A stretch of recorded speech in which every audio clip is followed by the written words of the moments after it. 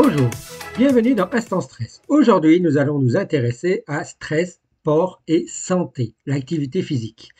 Alors, comme je vous l'ai déjà expliqué dans d'autres instants stress précédemment, nous avons dans toutes nos cellules des petites centrales énergétiques qui produisent l'énergie de tous les jours et qui sont la source principale de tout notre stress oxydatif, de nos oxydants. Ce sont les mitochondries qui utilisent notre alimentation dont le sucre et le gras et l'oxygène que nous respirons pour faire de l'énergie et pour faire du stress. Alors, il faut savoir que pour contrebalancer ce stress, il y a ce qu'on appelle dans notre corps, je vous l'ai déjà expliqué, une défense antioxydante qui est là pour contrôler cette accumulation de stress produite par les mitochondries. Et ça, c'est bénéfique.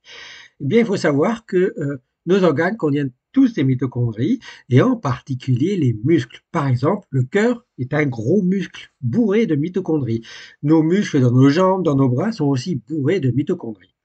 C'est ce qui fait que nous avons cette capacité de faire du sport, de l'activité physique. Eh bien, il faut savoir que dans nos muscles, il existe ce qu'on appelle des fibres musculaires et différents types de fibres. On appelle tout d'abord les fibres de type 1. Les fibres de type 1, ce sont les fibres qui sont les fibres rouges. Les fibres rouges, elles sont pleines de mitochondries. Elles sont très énergétiques au niveau oxydatif par les mitochondries. Ce sont des fibres de type 1 qu'on retrouve en particulier chez les marathoniens puisqu'elles permettent d'avoir beaucoup d'endurance et une forte résistance à la fatigue. Et puis, il y a, et ça chez beaucoup de personnes, les fibres de type 2A. Les types 2A, ce sont des fibres musculaires qui ont un peu moins de mitochondries, qui sont moyennement résistantes à la fatigue, moyennement endurantes. Et puis, chez les sprinteurs, chez les grands athlètes qui ont besoin d'efforts très intenses de manière très aiguë, on a ce qu'on appelle aussi les fibres de type 2B, qui elles sont peu de mitochondries. On les appelle les fibres blanches. Ces peu de mitochondries, en fait, produisent peu d'énergie et les fibres musculaires utilisent alors une autre manière de produire de l'énergie en utilisant un mécanisme chimique qui est ancestral, on appelle ça la glycolyse. C'est ancestral, ça permet de, c'est un peu la deuxième batterie, c'est la batterie mitochondriale fonctionne mal. Eh bien, ces fibres de type 2B sont plutôt pour les sprinteurs. Faut savoir que quand on fait du sport, que ça soit aigu, modéré ou régulièrement, même léger, ça active toutes nos fibres musculaires, ça réveille toutes nos mitochondries, ça fait circuler notre sang. Donc évidemment, on va se dire, ben, si les mitochondries fonctionnent, elles vont consommer du sucre, du gras, c'est très bien, mais aussi elles vont produire des oxydants. Eh bien oui, mais il se trouve que le sport stimule aussi très fortement la défense antioxydante. Donc c'est pour ça que c'est bénéfique de faire du sport. Ça stimule à la fois notre métabolisme énergétique positivement et ça stimule notre défense antioxydante qui est beaucoup plus efficace et qui est là pour nettoyer notre stress. Alors, on ne peut pas faire n'importe quel sport. Il faut savoir que dans les sports aigus, vous avez le cyclisme, le tennis, le football, et puis, vous avez des sports plus modérés, par exemple l'équitation, le judo, la danse, le volleyball. Et puis, vous avez des sports à faible activité, mais qui sont des sports qui sont, par exemple, le golf, la marche, le jogging, la nage récréative. Donc, vous voyez, vous avez le choix. Attention, il vaut mieux privilégier le sport régulièrement qu'un sport trop aigu, parce qu'au niveau sport trop aigu, ça demande aussi des capacités cardiaques très importantes, et donc on ne peut pas faire ça tout le temps, trop souvent.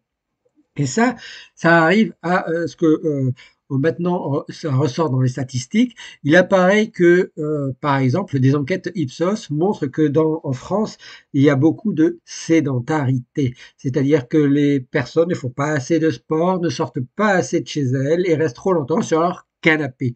Et ça, en plus, depuis la crise de Covid, c'est accentué. Et donc, malgré le fait que, d'après les statistiques, il se trouve que les gens sont de plus en plus motivés pour faire du sport. Mais il faut encore petit peu plus pour aller faire ce sport. Et pourquoi c'est si important de faire du sport?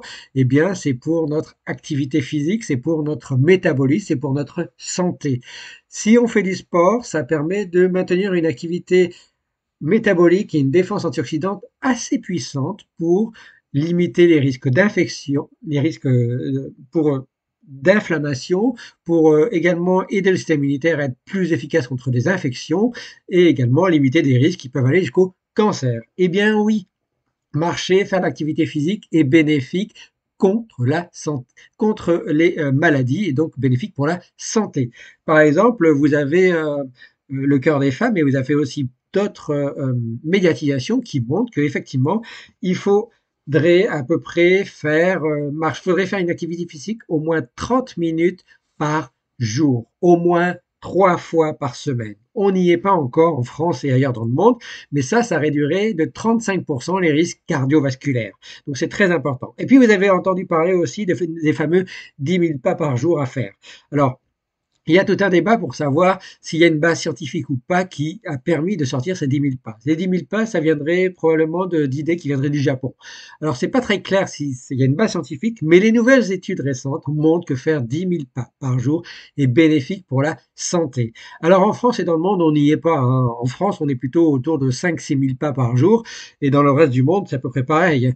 On dit qu'il faudrait dépasser au moins un seuil de 7 000, 7 500 pas par jour. Et si possible, recommandation de l'OMS d'ailleurs, 10 000 pas par jour. On n'y est pas, c'est un idéal, mais plus on marche, mieux ça sera bénéfique. Le but, c'est pas de compter forcément tous ces pas tous les jours, en devenir une obsession. Le but, c'est de marcher tous les jours. Et si possible, au moins un quart d'heure, 20 minutes, et voire l'idéal, 30 minutes. Alors évidemment, la marche ou l'activité physique, il faut faire très attention en conditions caniculaires ou en conditions de forte pollution atmosphérique. Il n'est pas recommandé de faire l'activité physique et de sortir dehors. Donc il faut faire très attention. Et puis, pour avoir une bonne hygiène de vie avec cette activité physique, et les sportifs sont très au courant de ça, il faut avoir une alimentation équilibrée, pas trop sucrée, pas trop grasse, riche en fibres, et également une alimentation riche en antioxydants. Pas besoin de prendre des compléments alimentaires. Il faut savoir que le sport, l'alimentation, ce sont des piliers de la santé qui permettent de mieux vivre, de vivre en meilleure santé, de limiter les risques d'inflammation, de cancer et également de mieux vieillir. Et puis, comme je vous l'ai déjà expliqué précédemment, nous avons en nous des bactéries, les microbiotes, les microbiotes bactériens dont intestinal. Eh bien, il se trouve que l'activité physique modifie ce microbiote bactérien, y compris intestinal. Et si on modifie par une mauvaise alimentation de notre microbiote bactérien intestinal, eh bien, on va être moins motivé à faire du sport. Donc, tout est lié, les bactéries, ce microbiote et l'activité physique. Donc, l'activité physique n'a pas qu'un effet psychologique, elle a un effet également sur notre métabolisme énergétique, sur notre stress, sur notre défense antioxydante et même sur notre microbiote intestinal. Et il apparaît même que faire du sport est conseillé pour les patients, par exemple, qui ont des traitements anti-cancer. Eh bien oui, pendant un traitement et après un traitement, il est recommandé de faire de l'activité physique. Cette activité physique permet de mieux tolérer les traitements anti-cancer et même mieux de récupérer et même mieux de lutter contre des effets secondaires. Voilà pourquoi l'activité physique, on n'en fait pas assez, on en fait trop peu. Cette année, vous le savez, c'est un événement particulier, c'est les JO 2024, mais il ne faudra pas faire du sport que cette année, il faudra faire du sport aussi toutes les autres années si vous voulez mieux vivre en meilleure santé avec une très bonne alimentation. Voilà. En attendant un prochain instant stress, je vous souhaite que le bon stress soit avec vous, mais attention, en faisant plus de marche et plus d'activité physique. Voilà. Ciao, ciao, ciao.